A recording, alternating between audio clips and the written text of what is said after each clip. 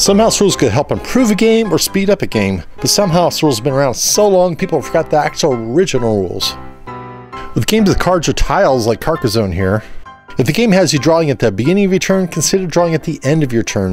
What that does is people can look at their piece, study their piece, and by the time their turn comes around, they probably have a decision, hopefully. For a lot of games, they can really speed things up. And of course, for some games like Monopoly or Risk, you might consider putting a timer on the game. Whoever's ahead when the time's up would be the winner. Or you can limit to a number of rounds by using something like this giant countdown die. Each time the play goes around, you can alter the die. And again, when you're out of rounds, whoever's ahead the most would be the winner. And instead of using countdown die, you can use something like tokens here. And for each time the play goes around, you just drop another token into the bucket. In either method, you want to keep track who went first. At the Gamers Garden, we got Jericho. It's kind of a Jenga clone. It's made by a company in the UK, and it has marbles in the game. In a normal game, what the marbles do, if you're the player that pulls the marble out, then you have to take another turn.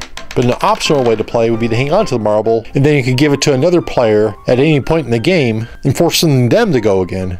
For Jericho, you also need to determine who's going to build the tower.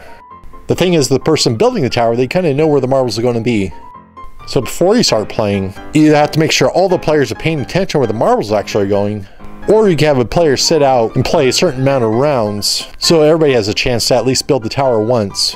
That way the other players hopefully won't know where the marbles are when it's built. And finally, sometimes the house rules have been around so long people forget about the original rules. One of my theories why Monopoly could seem to drag on for so long is people tend to forget about a critical rule. It says right here in the rules, when a player lands on unknown property and they do not wish to buy the property, the banker could then put it up for auction to the highest bidder. It seems people have been playing Monopoly based on a faded rule from when they were kids, when mom and dad apparently decided to simplify the rules and skip the auction portion of the game. You've been watching The Gamers Grind Show. The Gamers Grind is located at 6326 Main Avenue in Orangevale, California. Be sure to like us on Facebook, visit our website, and of course come on down and play some games off the wall.